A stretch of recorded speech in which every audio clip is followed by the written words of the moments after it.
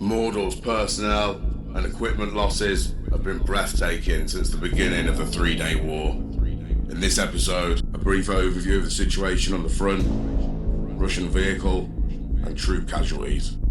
The three-day war continues. Day 977. Maintaining a military campaign is a complex and resource-intensive endeavour. Russia's military is no exception to this rule, and the invasion of Ukraine has put an enormous strain on their equipment and supply chains. Constant fighting, coupled with Ukraine's robust and heroic defence, has resulted in a significant loss of hardware. This has undoubtedly affected Russia's overall strategy in Ukraine, forcing them to reassess and adapt their approach. Russia's difficulties in maintaining their equipment have far-reaching implications for their military operations.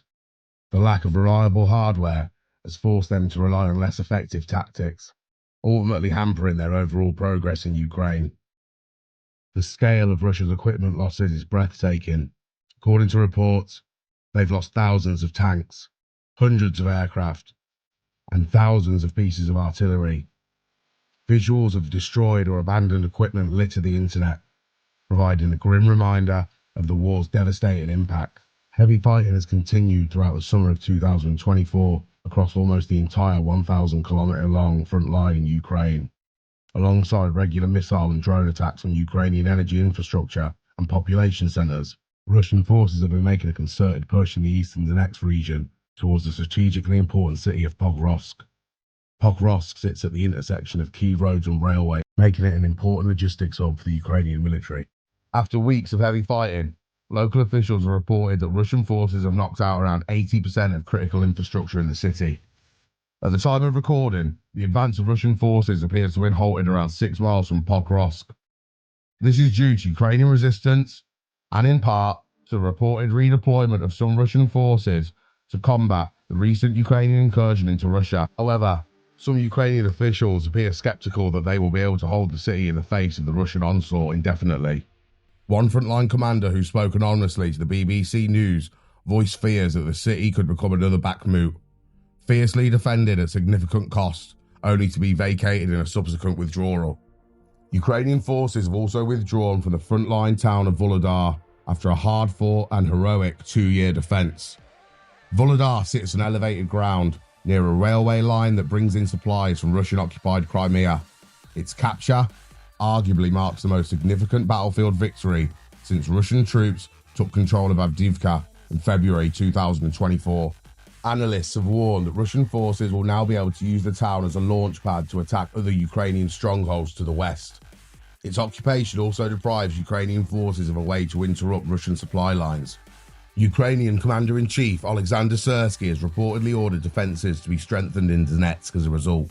There is also heavy fighting now taking place in the city of Toretsk, another key city in the Donetsk region. However, a Russian offensive towards the city of Kharkiv earlier in the summer appeared to largely fail in achieving its desired objectives.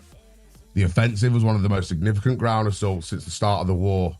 It further stretched Ukraine's frontline defences, which reportedly represented Russia's largest territorial gain for 18 months.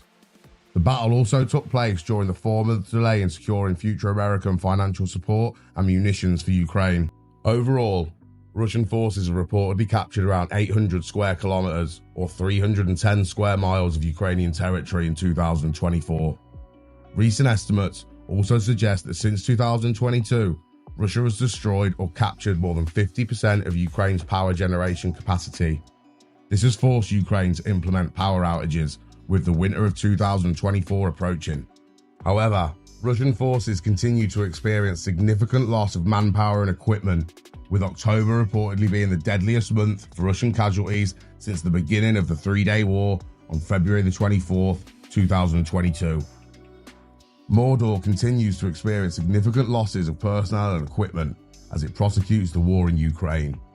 The Institute for the Study of War reports that the Russian military has seen the destruction or critical failure of at least 5 divisions worth of armoured vehicles and tanks in Pokrovsk since the beginning of its offensive operation to seize Avdiivka in October 2023, and during intensified Russian offensive operations in the Donetsk Oblast in the summer of 2024.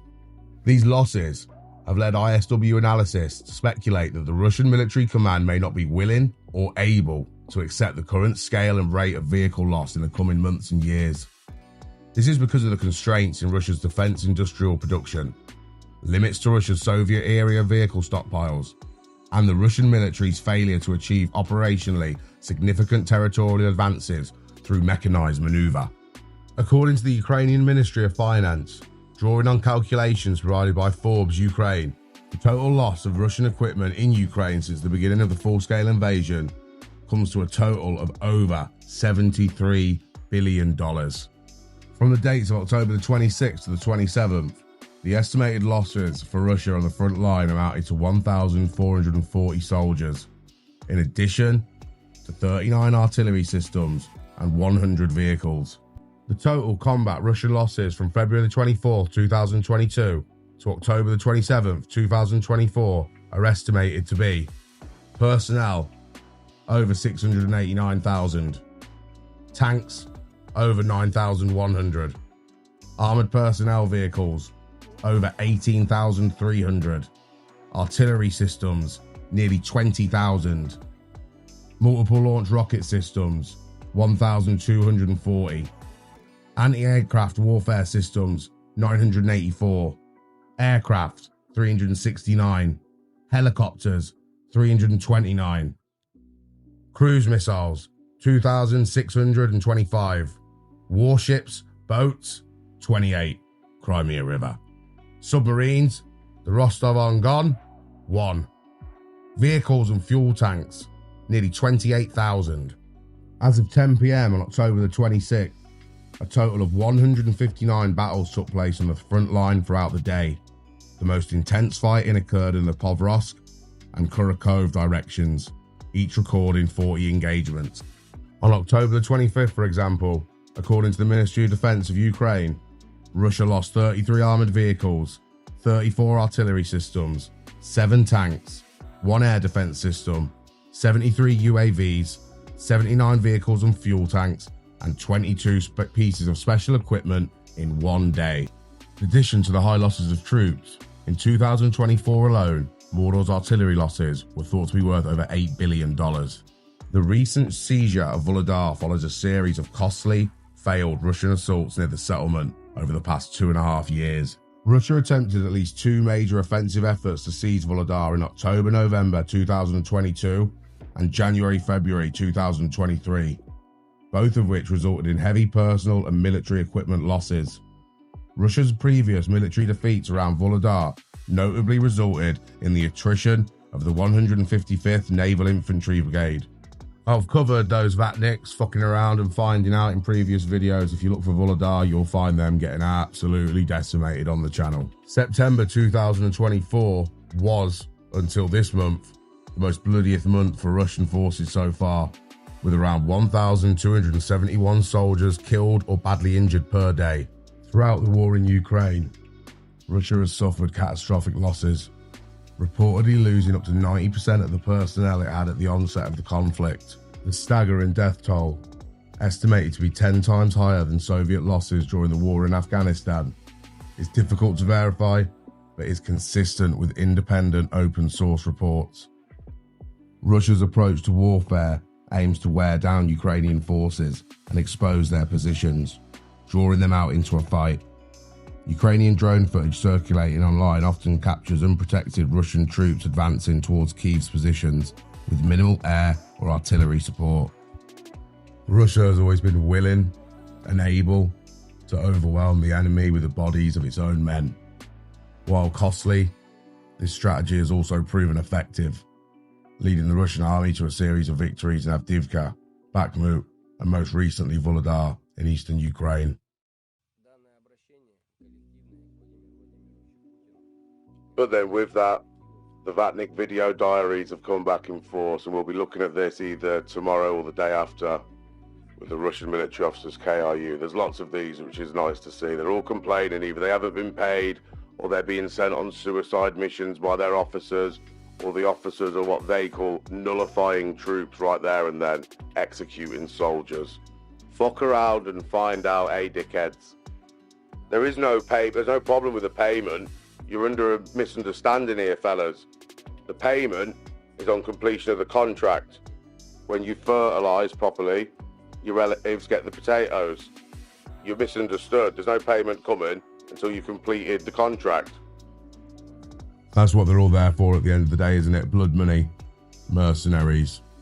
In some regions, Russians who sign a contract with the army will receive an upfront payment of up to 3 million rubles, which in pounds sterling is nearly £24,000, on top of the monthly minimum wage of £1,757, which is about 4 times the average salary in Russia. That's if you get it. If it's not converted into potatoes, they don't say that you've deserted and abandoned the mission, or they say that they just don't know where your body is, as we've seen many a time. So, as far as they're concerned, you're MIA. Fuck around and find out, lads, eh? I'll leave this one here for now, guys. I hope you're all well. God bless. Slava Ukraini. Ariam Slava.